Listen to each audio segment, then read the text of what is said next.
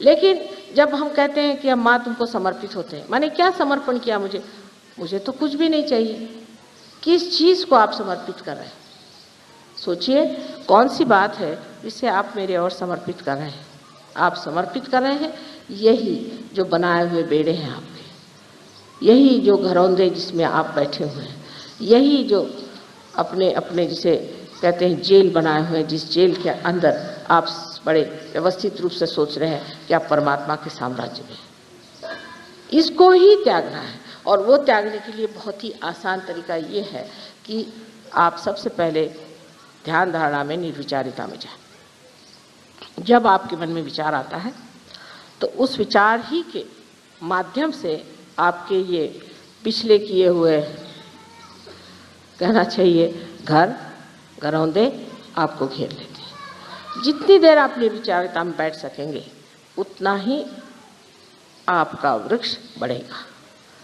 निर्विचारिता में ही आत्मिक वृक्ष बढ़ता है और कोई ऐसा वातावरण नहीं जिसमें ये इसकी वृद्धि हो सकती। कोई कहेगा कि हमने खूब बैठ के माँ के भजन गाए, उससे कोई कितना भी भजन गाए, कोई कितने भी मंत्र कहे, चाहे कुछ कह ले, उस मंत्रों से या उस भजन से अगर आपके अंदर निर्विचारिता स्थापित नहीं होती तो आप चूक गए उस बात को।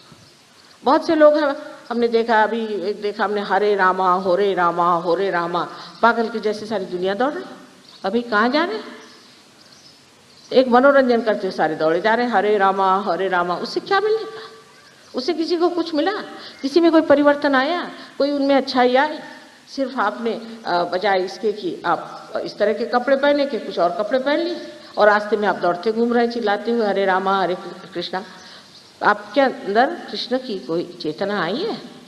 कृष्ण की चेतना है कि आप साक्षी स्वरूप हो जाते, क्या आप साक्षी स्वरूप हो गए? फिर इस तरह की बाह्य चीज़ों में उलझ जाने से भी मनुष्य कभी कभी अपनी ऊर्ध्वगामी गति को बदल करके अधोगामी पर आ सकता है। जैसे एक छोटी सी चीज़ मैंने आपसे बताई,